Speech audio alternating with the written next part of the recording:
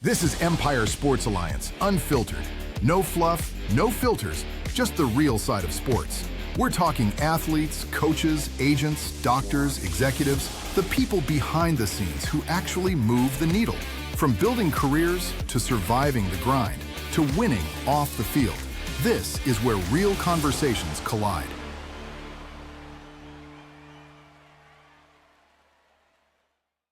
Welcome to another episode of Empire Sports Alliance Unfiltered. I'm Ronnie, I'm the wealth guy. I got my co-host here, Eric. Hey, everyone. A sports medicine concierge helping you out. Awesome. And today we got Jerica Williams, consultant, author, and coach. So welcome, Jerica. Thank you. I feel like I need a cool nickname, like the wealth guy.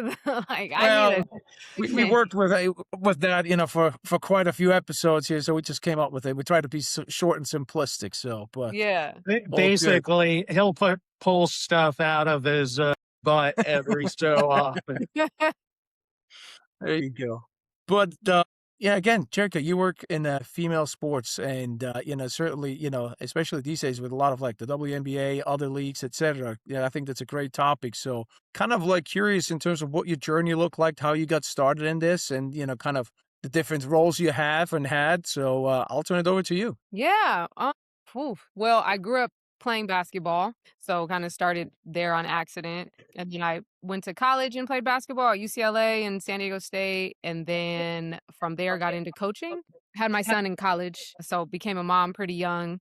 Yep. So I always like to lead with that. Sometimes I feel like mothers get put on the back end, and it's like that was a huge part of my starting my journey. So coached in college, on the women's side, was a head coach for a little while, jumped into entrepreneurship, where I helped professional athletes bridge the gap between what they're doing on the court, on the field, to what they wanted to do in the community. So I did a lot of that. I was chief marketing officer of an independent shoe company for a little while, was a publicist for a little while, and then got back into coaching basketball full time, where I coached at the high school level for a couple years, and then got tagged to be an assistant coach for a men's basketball team, a men's college basketball team, which I was the only active one that year and the third ever all time in the NCAA. So that was a cool, barrier breaking, thing. And yeah, it was. And then took a year off to kind of get my bearings after I decided I didn't want to be on the court coaching anymore.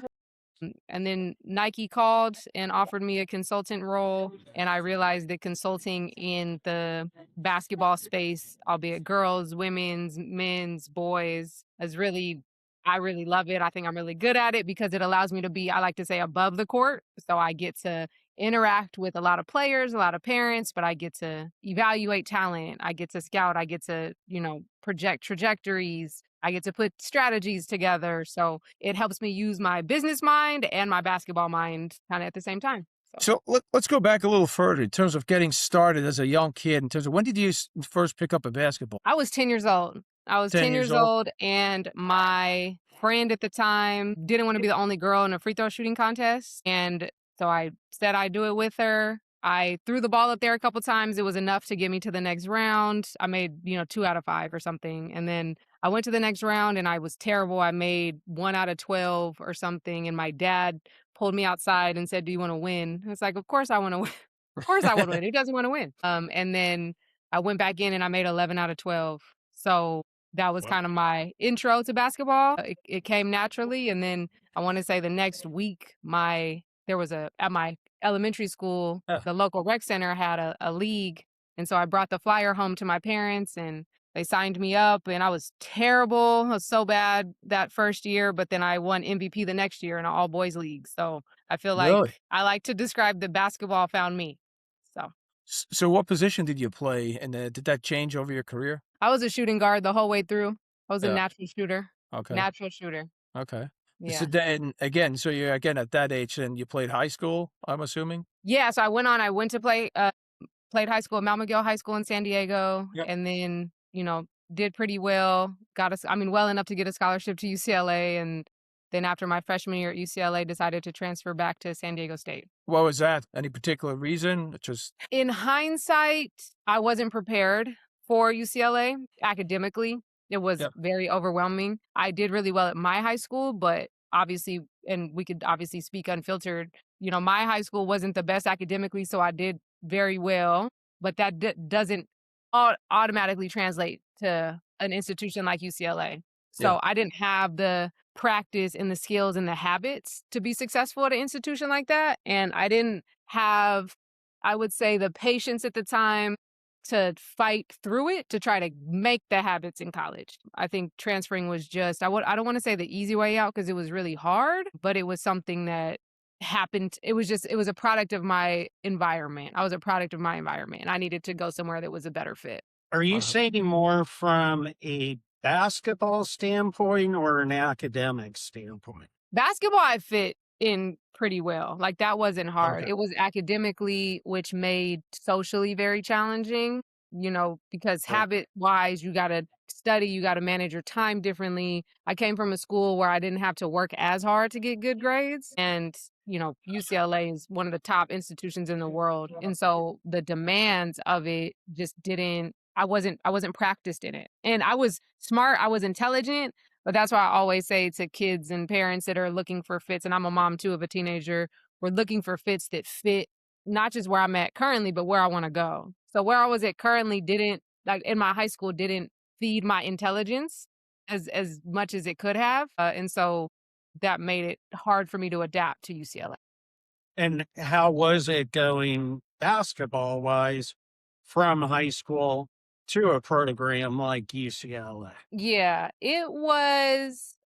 I would say it was a good transition. I mean, obviously high school to college is hard no matter what, because you're just at a different level. You're coming Right. in from the big dog to the little guy. And UCLA had all Americans on their team, so I got slapped in the face a couple times my freshman year, like everybody does. But I think my coach in high school was determined to set standards that translated no matter where you're at, just always being early, What going word? on. Oh, you said Yeah, the early? standards. Yeah. I put these into the programs that I coached too. So being 10 minutes early meant being on time. Hey, who said that? Yeah. Ronnie? Vince Lombardi. Go pack Oh, up. is that the originator? I never knew the originator. Yeah, it's one of his things. That's so good. I mean, my son he does that. He's been doing that his whole life. So that's normal, but I realized that when I got into the world, that's not normal for everyone. So No, having it's that not. at Unfortunately, all, so be that in business or athletics. right. Exactly. So that I think being a team, like knowing how to serve your team and have a common goal to be a champion is a mentality that gets bred into you. I feel like I think people are born with competitive natures, but I don't think everyone knows how to be a champion. You have to really be taught how to do that. So he just put the intangibles in place along with the tangibles. We won a lot of games in high school. And so going to a place like UCLA, actually even more challenging because my coach at UCLA wasn't like that. She didn't have the same standards, but we were on a bigger platform. Yeah. So it was an interesting, I felt like in my Noelle Quinn, she was a senior when I was a freshman at UCLA. She's a former WNBA head coach, and she used to tell me, "You're in charge of your destiny here. Don't put that on the head coach." So it was jumping into adulthood really quick, where I was so used to someone setting the standards for me, and now I had to set the standards for my time, my energy, my, basketball, school, everything. I had to do 100% on my own if I wanted to be really successful. So I figured that out later, but not at that time. How was it from a locker room perspective your first year there at UCLA in terms of like your teammates and all that stuff? Obviously, I mean from a basketball level, very high, but in terms of how was it? Yeah. Very competitive? Were Well, you guys all friends or? no, this is dang it, this unfiltered podcast. No, we were not all friends. It was the first time I had a locker room like that where it's very So you like guys were clashing a lot or what? yeah, like mean girls, like you had cliques, but some got together. There was older, there was younger, there was some just that girl kind of butting heads energy that I wasn't used to at all. So Yeah, tell us more in detail because Eric and I don't know. So yeah, Ronnie wants to hear about the trash talking and the shit. right. How not did yet. girls trash talk? Dating each other's boyfriends or, Oh, shit like this. Okay. Yeah, like Okay. bullying or making fun of, body figures and just like stupid, stupid Just stuff. It mean shouldn't. girl stuff. Yeah, Wow. just girl stuff. It was Yeah. so stupid. But as we've gotten old, like we're adults now and I'm still connected to a lot of Sure. my teammates. People have apologized. People were able to address those things. People were able to admit how stupid they were back then. Coaches were able to say, hey, we didn't regulate the way we should have. There were so many different acknowledgments that happened later, just with and the locker room wasn't toxic by any stretch. It just wasn't the best locker room I've ever been part of. Yeah. So I'm curious, were you top dog in your high school on your high school team? And then you go to UCLA and it's a reality check. And how did you handle that mentally with, kind of checking the ego at the door and proving yourself, but not being cocky and arrogant at the same time? Yeah, no, great question. Yes, so I was the number one player in San Diego. I was player of the year. I am in the Hall of Fame in my high school. I'm still my high school's all-time leading scorer. And where I come from, I was raised in the inner city, so we didn't have a star. I was the first star to come out of my high school. I had a lot of people that paved the way to set that up, but that was my claim to fame, I guess. Like I still walk around San Diego and be like, "Oh, you played basketball at Mount Miguel," and I'm just like, it's like 100 years ago. Right. So I got to UCLA, and yes, it was a reality check. It was one that I wasn't afraid of, though, because I never played basketball to be in the limelight at all. Like, I played basketball because I loved it. And once I found out I loved it, I wanted to be good at it. I didn't want to be better than anyone else. I just wanted to be the best version of myself and be the best basketball player I could be. So when I got to I had to ask myself that question and what that looked like at UCLA. And that was challenging because of I had to rediscover who I was at that level. And in college, you don't have the same, you're away from home, you don't have your parents. My high school coach had been coaching me since I was in 7th grade. I had just met this coaching staff, 6 months prior to getting there. They didn't really know me like that. I'm older now. So, you get comfortable in your environment as a kid, as an adolescent. Then you get to college and you're an adult and you realize that these people aren't pouring into you in the same way just because they don't know you. It looks different. You're more independent. So I definitely got slapped in the face. I feel like I had to grow up really quickly. What year And was that, Jerica? 2006, 2007. 06, 07? Okay. Yeah. But I did have, players on the UCLA team that were really good role models. So I was able to see if you want to be really good at basketball at this level, this is what it looks like. And that looked like, I'll never forget, I had a couple of seniors on my team that when they were studying for finals, they just took 20-minute power naps throughout the night, but they actually never went to sleep, like fully, in order to be prepared and do well. These were the people who did well at UCLA. They would leave practice and go to an individual workout or an individual trainer. And I'm like, I thought practice was hard and enough, and we have weightlifting and we have all of these things. You mean I have to go do more if I want to be good? So I think those are the things I had to learn from a Yeah. basketball perspective. So when I wait, so when you got, so you basically, okay, so you have practice and then you get in the weight room, right? Yeah. And then you're saying an additional, like, like individual, is that workout or is that more like guys like Eric in terms of like taking care of your body, chiropractic, PT, that kind of stuff? I think it was all of that. I think we All of had that. we had to be taught how to take care of our bodies. And in college, nobody loves the athletic training room. Like nobody wants to be in there because we have so few hours to ourselves in college. Okay. After practice, after class, time to eat, you have no time. So you want me to go take care of my body and lay in the training room? No, I don't want to do that. But if you're older, you understand the best ability is availability. And that's what's going to keep you available and on the court. So I just I had to learn that. I had to figure that out. I know that now, but I Okay. definitely didn't know that then. So What first was your challenging, major?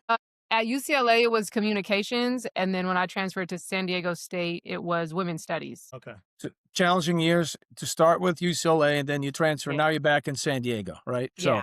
how did that go? What was it like in San Diego? Teammate, locker room, like just Yeah. your It was a personal different development from a basketball perspective as well as educational. education was definitely a shock just because I had went from kind of a lower level high school to, cream of the crop education at UCLA. And then San Diego State was kind of another step down academically. And so San Diego State almost felt easy, but easy triggered my my motivation, my lack of motivation, because I had gotten accustomed to being, very focused at UCLA in order to even pass. And at San Diego State, it was like, oh, I don't even have to pay attention to pass the class. Like that's how it felt. Like Yeah. I felt like I went from one extreme to kind of Yeah. another. So academically, that was a little bit of an adjustment. And then basketball wise, San Diego State was actually a better basketball team at the time. We actually went to the NCAA tournament twice after I transferred here. We had a handful of transfers. Our coach was a Hall of Fame coach, Beth Burns. She's at USC now, was an assistant, but she had came from Ohio State, and she had completely turned the program around, but she turned the program around in toughness, and that was her slogan. And when I say the program was, so how the locker room was, how everything was, it was breeded on toughness, from the weight room, from how we were talked to, from our expectations. We were practicing way longer than we should have been practicing. Like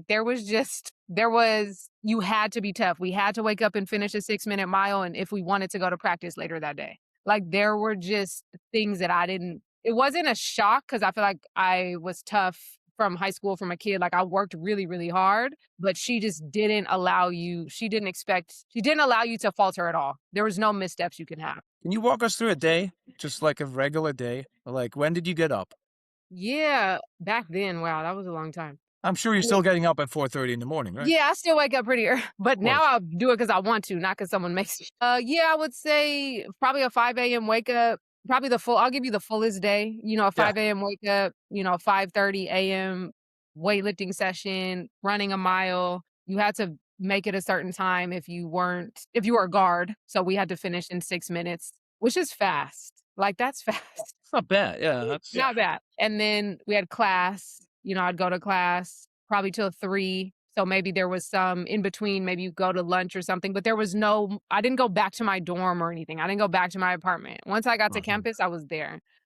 So class, maybe some food, maybe some treatment, and then practice from like 3 to 7. And then probably a class at 7:30. So you would, hurry up, take a shower after practice. And practice was brutal. We never had light practices ever. Class would start at 7:30, and you would be in there, and it would be tiring. So you would, make sure, try to sit in the front, try to be engaged, but you're still trying to recover from a 4-hour practice. And then you'd go to class until 9:30 at night, go home, eat, try to study whatever you had left in the tank, and then that was it. And you'd wake up and probably do it all over again. What about any parties? No? I never went to parties ever. And my teammates used to call me Rev, like Reverend, because I just never, and like when I value my sleep. That's more the problem. Yeah, timing wise. Yeah, When are you timing. I squeezing mean, that in? maybe in the off season they did it more, but I'm an introvert. I'm not a partier by nature. I mean, I had fun every once in a while, but going out, San Diego State was a party school. Yeah. So I was always hypersensitive to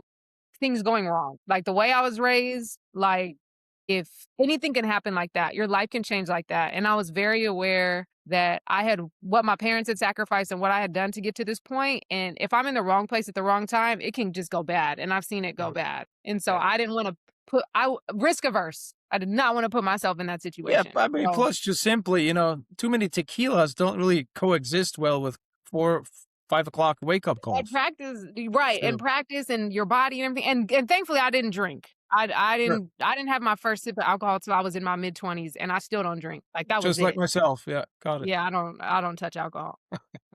So how much of what you went through as a player did you say, I definitely want to carry this over to my coaching style? Yeah. And how much, oh my God, this was so bad, or this did not do what they were trying to do. I will never do that to someone else. Yeah, it was split. And I always say I'm a compilation of my best coaches and my worst ones. I feel like that's why I was able to have. That's how it should be, though, right? Yeah, you take the good and leave the bad, But some people think that some of the bad coaching is good. Like you can internalize some of that as just the way coaching should be. So, from me, to answer your question, I think it was very split. I think I took the kind of we talked about earlier, the standards and expectations and the championship mentality. I took that from, because I was never on a losing team ever. UCLA was my only losing team, and it was UCLA. So it was, still a championship caliber space. Yeah. But in terms of team, San Diego State, it was brutal, but we won, and we won a lot. So I took what I knew made us champions, the mentality, the standards, the language, the taking care of your body, the communication. Communication is key. Self-talk, like self-affirmation, things like that, skill, work ethic. And then what I left though was I took the discipline. I left the relying on motivation because I feel like the bad teams I was on,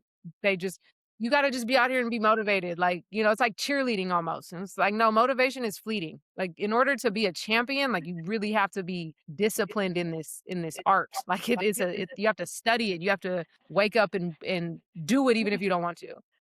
So I left that at the door. I left negative. My coach at San Diego State was pretty mean. I feel like I found a way to get what I wanted to get out of my kids without being mean. Like I was able to be direct. I always say this. I never yelled. Sorry. I never yelled. I projected. Like if you were far away, you would hear me, but I wouldn't yell at you. You know, like if I needed you to hear me on the court, I would project, but I wouldn't yell at you. So I found a way to implement empathy, which is something that I don't think coaches, especially back then, didn't have. Like nobody really actually cared that much. It was like, go out here and do this job. So I feel like I was able to implement empathy. I feel like that's a new age kind of style of coaching and like really strong communication. So those are the things I feel like balanced me out. All right, Ronnie, take it back. I know I jumped ahead of your time schedule. No, no, there's no structure either. It's unfiltered, dude. No, but in terms of like, I was just more wondering, again, going through college, then, having success with SDSU. It's so funny, Eric, that you said that. Now, in terms of like the WNBA, what was the next step after college? By my sophomore year of college, I knew I did not want to play in the WNBA. And back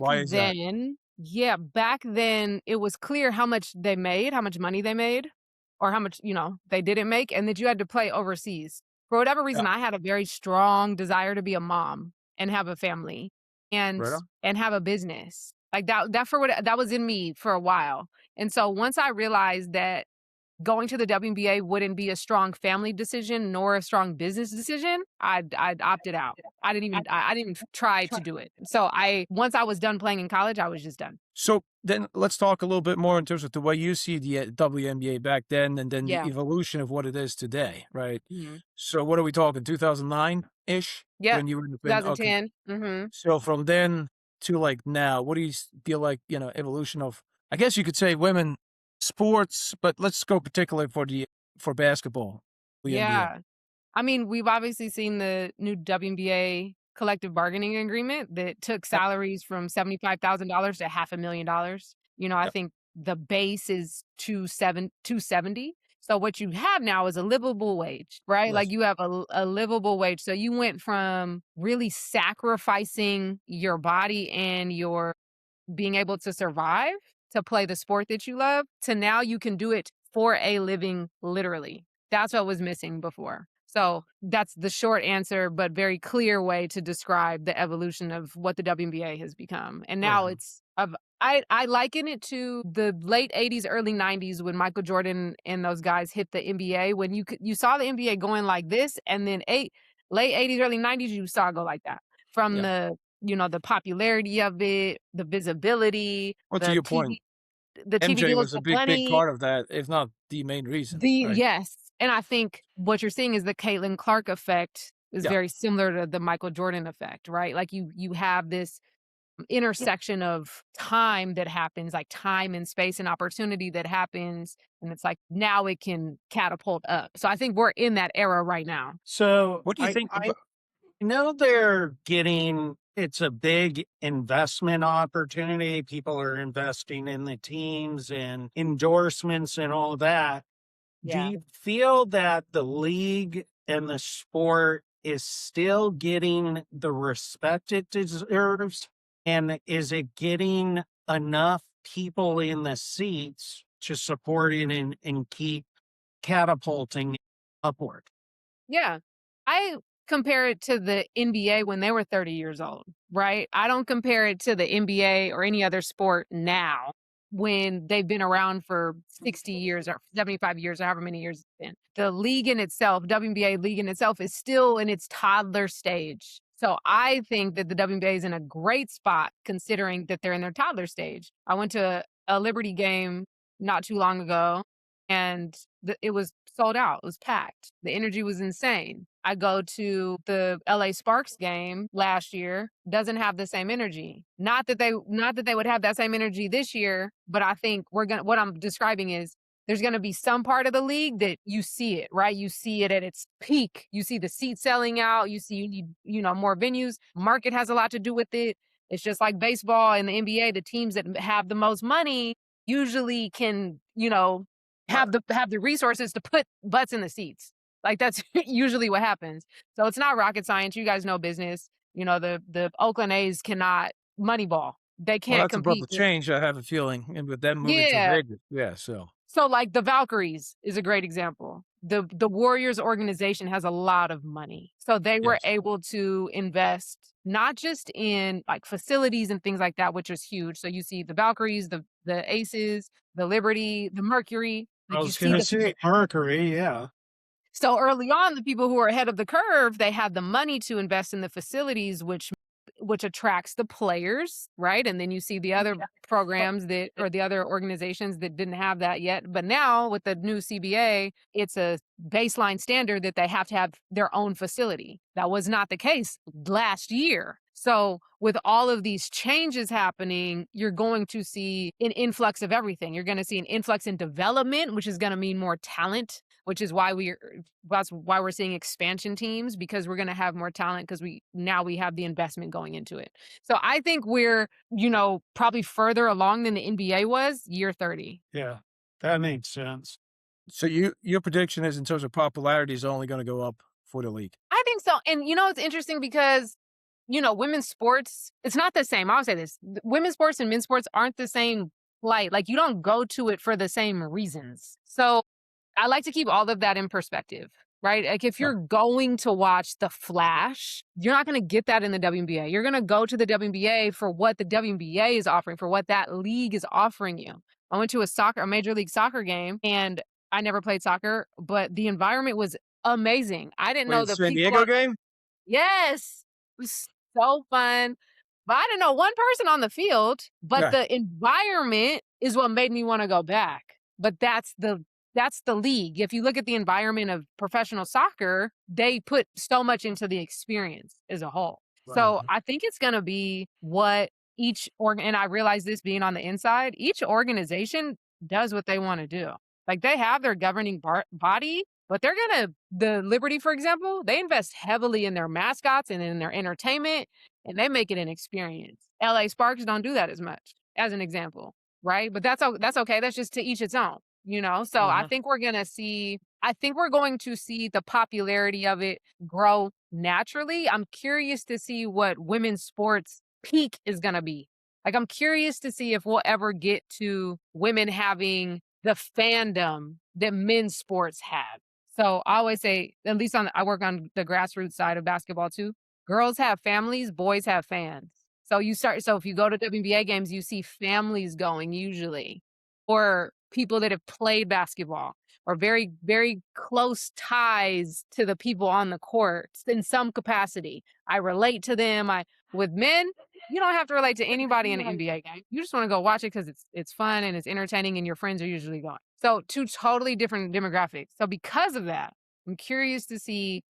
I don't have the answer. I'm curious to see what the ceiling is going to be for women's basketball.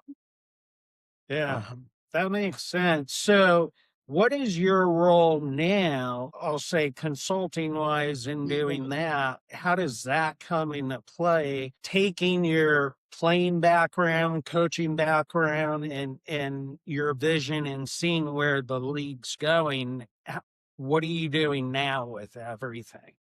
Yeah, so I'm a consultant for Nike and the WNBA and a couple other organizations, but those are the two main ones. So my job is to identify talent, identify gaps in the ecosystem at large. So from grassroots through college, through the WNBA, what's missing, what's needed, what's working, what's not, from the player experience to the parent experience to the fan experience to the brand experience to the coach's experience, to the organization's experience. So from, hey, WNBA expansion team, who do we need to hire to make us competitive by year 3? Like I'm in those conversations. From grassroots, who's the ninth grader that's going to be a pro in 8 years. So I'm on, both ends of the spectrum that way. All right. So let me ask you a question, because yesterday I was hanging out with a buddy of mine who was strength and conditioning for the Washington Nationals for 12 years. Okay. And so I treated the Dodgers for 5 years. I work with a ton of pro baseball players right now. And we were talking, there's no connection. If a player wants to go out and get something and bring someone in, they got to find it themselves. Or for spring training, sometimes they got to find a realtor. And if the car breaks, they need to find a mechanic.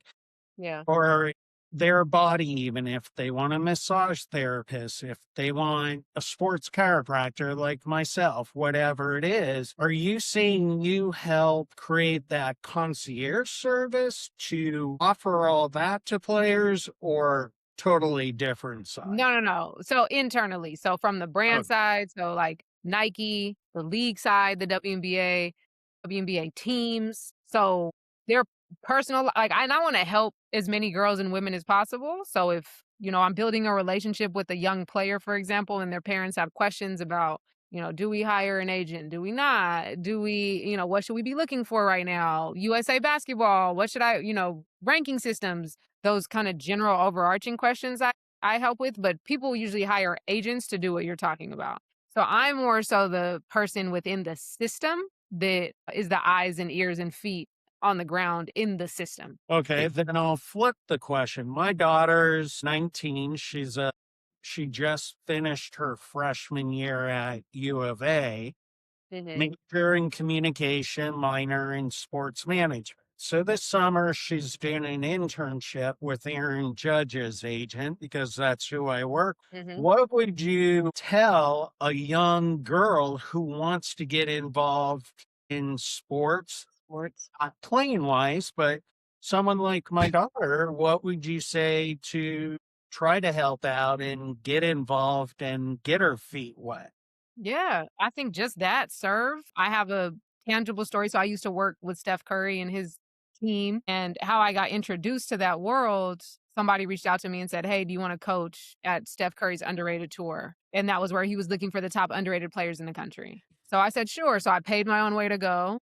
It was like, let me just show up and see where I can add value. Like that was the mentality always. I've been doing that since as long as I can remember. But I remember being in that room and being with the decision makers and some of the other coaches, and we were trying to identify the players who were going to put on the team. And the room was so chaotic. Everyone was trying to remember people's jersey numbers and who should we take and who should we cut. And I thought to go get a whiteboard so that we can all see the information, and so we can settle the room down and it could be clear. But that solved a big problem. And so the moral of that story is, what ways can you show up and serve to be in that space? Fast forward an hour, 2 hours, the head guy of the tour called me over and said, you don't need to be over there. You need to be over here with me. And that was how I got introduced to Steph Curry and was leading that whole girl side of that program for the next 2 years because I was looking for opportunities to serve. Yeah. So I think especially young girls or, college, young women, you don't really know what you want to do yet. If you do, you're kind of lucky. But what I've found is that usually you don't think that your natural gifts can translate into a career. You usually aren't hypersensitive to that when you're young. And so when you show up and serve, you usually find joy. Like you usually find what you're good at. Like it comes to you more naturally when you're serving. So I think when she's in these spaces, not just, hey, what is, the head guy or head woman telling me to do, but how can I make myself available to help in spaces? And then let me see what I really like to do. Because you might surprise yourself. Because no one's going to say no to help. They'll say no to hiring you, but they won't say no to help. So, right? So I think put yourself in as many positions as you can to serve and then see what comes of it. Because something comes of that. Yeah. All right. Well, if you need help, I'll right. You let me know. I actually my assistant started today, and it's the first it's I guess it's technically the first employee I've had. I've managed people and working under other companies. I've had employees under me, but this was my first direct hire and oh my gosh, game changing. I'm like, "Oh, this is having an assistant is like, wow, like it's taken me to a whole nother level." Yeah. So now I'm more open, but I have the ability to hire somebody to help me as opposed to just somebody. But if you're in the space, to my point, if she was just in my world and she was like, "Hey, Jerica, can I help you?" Then down the line, I would have hired her anyway. I would have Right. hired her anyway. Are you a tough boss to work We'll for? see. Too um, early to tell. I think I I lead like how I coach in Yeah. any situation. So I lead with empathy and I lead with communication. And I lead with a championship mindset. I think it's just like in me. I want to win at everything, but winning not just I want to, take over something. I want like my assistant, for example, to have a good experience. I Yeah. want her to be able to take something from working with me. To me, that's a champion mindset. So I'm confident that I lead like how I coached. Well, Okay. it sounds like you're also a mentor at the Yeah. end of the day. I Yeah. mean, yeah. I wanted to ask one last business question, but then I wanted to kind of cover as well, because as I introduced you, you're an author as well, and you're going to have a book coming out. But before Yeah. we maybe have you talk about that a little bit, you mentioned from a business perspective in terms of agents. What's been Mhm. your experience in terms of working with agents? That's a great question. Well, you know what's funny? I get asked a lot, Jerica, Yeah. why aren't you an agent? You should be an agent. And Right. even you went to Eric, like, is what you do what? No, that's what agents do.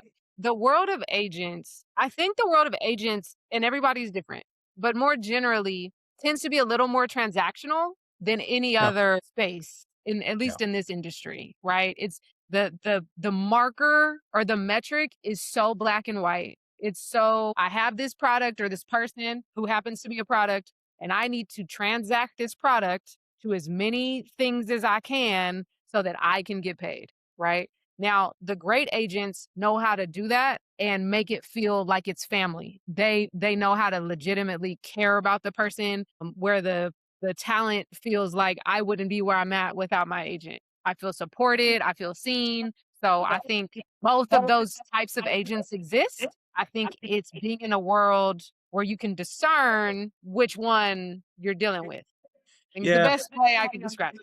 Yeah, no, the reason why I'm asking from a wealth management perspective, working with clients, with athletes, obviously the toughest thing that I've found with agents, and again, there's different ones, there are great ones, maybe not so great ones. The toughest aspect that I've found is in terms of their openness and willingness to collaborate with other subject matter experts that are helping the client. That Yeah, I found that to be most challenging, because it's again, challenging. I have no interest in endorsement or any contracts.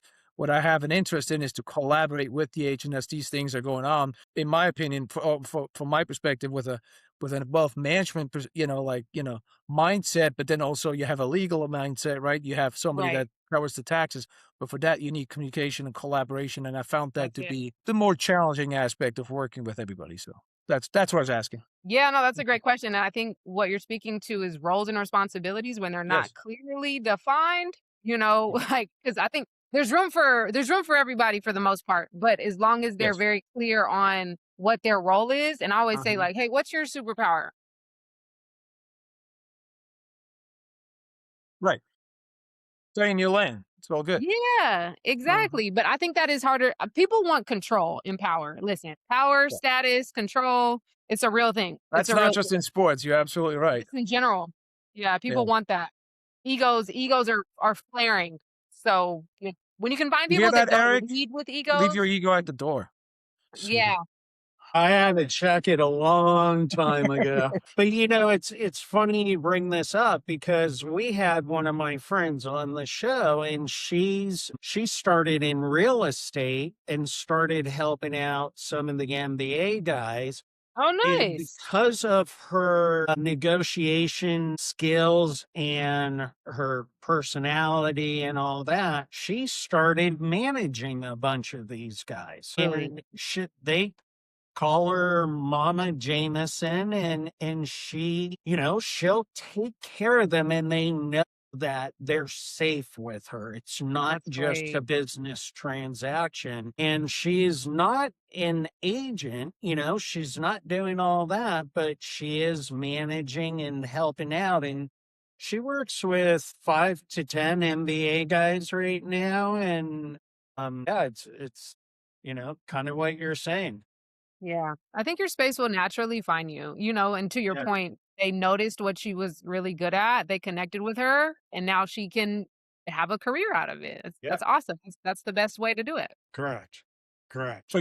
you're coming out with a book, correct, Jerica? Yes, your inner coach. I actually just gave my assistant my last copy in here. I would hold it up. But yeah, I'm excited. I just finished it. It's called Your Inner Coach When You're Finally Ready to Listen. And it speaks to that voice inside of us that we tend to push to the side a lot, but that really is, people call it gut instinct. You could call it God. You could call it, right? But we all have it. And sometimes we silence it. We don't pay attention to it. But man, when you can unlock it and turn into it, and you can, the book is like part memoir, part playbook, where I Uh-huh. use my personal life examples to show the lessons that it taught me, but the lessons that could be applied to anyone. So is that out now? Not yet. Nope. It'll be out the end of this week. Like it's yeah. So by the time the podcast drops, then yes. So I should just say yeah. No, it sounds amazing. I mean, it sounds like something I want my daughter to read, something I Yeah. want to read. Because it's being able to hear true real life scenarios and learning skills that others did. And it's like, okay, Yeah. how can I learn from it and better myself? Yeah. Exactly. Exactly. And I know self-help is so prominent now, but that's okay because I feel like there was a whole bunch of eras where it wasn't. But I think the world we live in now is very conscious and people want to be better versions of themselves and they want to heal and they want to be happy. Yeah. And I think we all have it in us we don't have to seek too much outside. I think we have a lot more in us than we think. So Yeah. I'm excited for it to come out. It took me 2 years to write, so I'm excited. Nice. Yeah. I mean, we just sometimes you need the tools and the guidance just to make you aware of it and Right. in that direction. So, yeah, Yeah. I want to read that and best of luck with that. That's exciting. Thank What you. made you do it? What was the motivation behind it? What was the motivation behind it? Coming off of coaching, remember, I think I told you guys I Yep. took a year off, uh, Mhm. and it was really a journey of self-discovery. I was in this moment. I'm 38 years old, so I'm not in a midlife crisis, but it felt like that when you're looking at a life transition. And so I was very clear that I didn't want to coach basketball anymore. And so I gave myself time to just sit and I kept looking outward. Like I kept asking, like I have a coach, like a life coach, and I'm like, man, what am I, what's next and what's next? And he kept asking me, where are you going? And I was just like, I don't know. Like, stop asking me that. I don't know what's next. I'm waiting. I was waiting for something to come tell me what to do next. And then I have a journal that I've actually kept for 12 years now. And one day I was in my room and I started referencing the journal I wrote and I not wrote, but the journal I had. And the journal is a compilation of so many quotes and wisdom and lessons and just everything like books I've read, shows I've seen, people, conversations I've had, so many things. And there was so much useful information in there that I forgot that once I tapped into what was already inside of me, like a journal is, your inner thoughts almost on paper. I was like, I have the answer right here. Is really where it came from. And so after 2 years of like that was how it started. 2 years of I haven't written a book before. So the author experience is not like writing a social media caption. It's not like writing a letter. It's not like writing an email. Authoring a book is a totally different practice. So I went through 4 trial and errors of this is what I wanted to say. This is what I wanted to say. And then probably after the second one, I stopped and was like, "Oh, this isn't my voice. What do I want to say? Like what do I want this to not what do I think a book should be? What do Uh-huh. I want to say?" Like that was the question. And then finally I figured that out. And so that's how it came to be. Wow. Right on. Well, good Nice. stuff. Great stuff. Yeah. Well, Eric, why don't you take us home with the walk-off 10 questions? All right. So put the glasses on. Can you see us? I can see you. Actually, I can see a text Now you from see more than just pixels, Marvin right? who responded, says hi. All right, so I'm going to ask you a couple of questions. They're kind of related to coaching, so Okay. we'll go back a couple years, but all right. Let's do this. One word. What's your coaching superpower? Empathy. Okay. True or false? You've ever drawn up a brilliant play that nobody executed correctly? Dang, that's good. Did nobody execute it correctly? I don't think so. I think at least one person got it right. All right. There you go. All it takes. Yeah. One word. Coffee, tea, or chaos? Tea. Tea. All right. Yeah, I'm a tea person. True or false? A timeout has occasionally been more for the coach than the team. Wow, that's a great question. I've never been asked that. Probably not often, but I'm sure. Yeah, that's true. Yeah, that's a good question. One word. The most underrated leadership trait. I'm gonna go with empathy again. I think it's such a lost. I don't think it's. I was doing a conference and there was 6 teams of maybe 10 people, and they said write down all the traits that you think a leader embodies, and not one group said empathy, and it concerned me a little bit. But that's how I know that it's underrated, because that is the first thing you need to connect with someone else is empathy. So I'm gonna say empathy. All right. True or false? You've practiced a championship speech in your head. True. I think I've given a championship speech. True or false? The locker room has taught you as much as the boardroom. False. Okay. It's different. Different. It's different. Yeah. I think the locker room is like safe and soft, or it should be. And I think a boardroom is very tough. Like you can't go in there and be soft. That makes sense. True or false? Sometimes the best coaching strategy is simply listening. True. I knew you would say that. And then one word, what's more important? Culture, talent, or effort? I think culture sets the precedent for the other two. Okay. Yeah. I think Yeah. if you set the culture, the standard, you can set the standard for effort, and you can have all the talent in the world, and if your culture sucks, you won't even get to see what they can become. So Yeah. I think culture. All right. Thank you. That was fun. Well, hey, thank you so much for joining us. It's been great, and I wish you the best of luck with the book and everything. Thank you. Yeah. Thank you guys for having me. Absolutely. Thanks for coming on, Jerica. All right. Okay. See you guys.